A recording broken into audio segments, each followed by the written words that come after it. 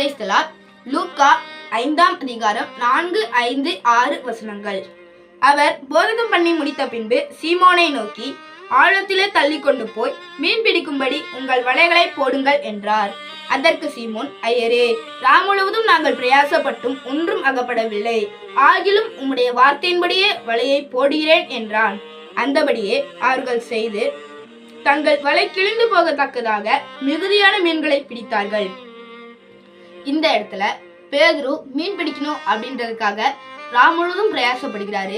ஆனா அவருக்கு ஒரு மீன் கூட தென்படல.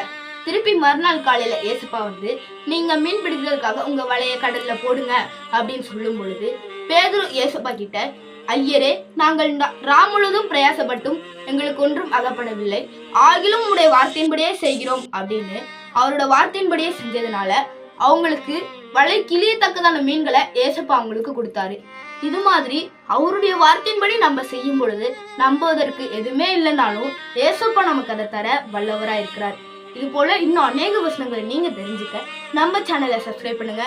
இன்னும் என்னென்ன வசனங்கள்லாம் நம்ம போடலாம் அப்படின்றத கமெண்ட் பண்ணுங்க.